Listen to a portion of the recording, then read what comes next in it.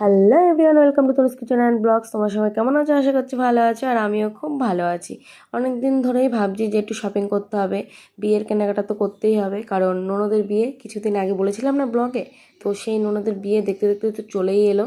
9 তারিখে বিয়ে, তো আর বেশি দিন বাকি নেই, তাই জন্য ভাবলাম চলো আগে একটু যাওয়া যাক দোকানে, কিছু কেনা যাক। তো এবার ইচ্ছে ছিল মা আর মেয়ে দুজনেই একই রকম ড্রেস পরবো, কিন্তু শাড়ি যখন নিচ্ছি সেই জিনিসটা আর হচ্ছে না। তখন ভাবলাম না, এবার আর সেটা করলে হবে না, এবার ভাবছি একটু লেহেঙ্গা পরা যাক। কারণ আমি লেহেঙ্গা বিয়ের আগে একবার পরেছি, বিয়ের পরে এখনো পর্যন্ত একদিনও পরিনি।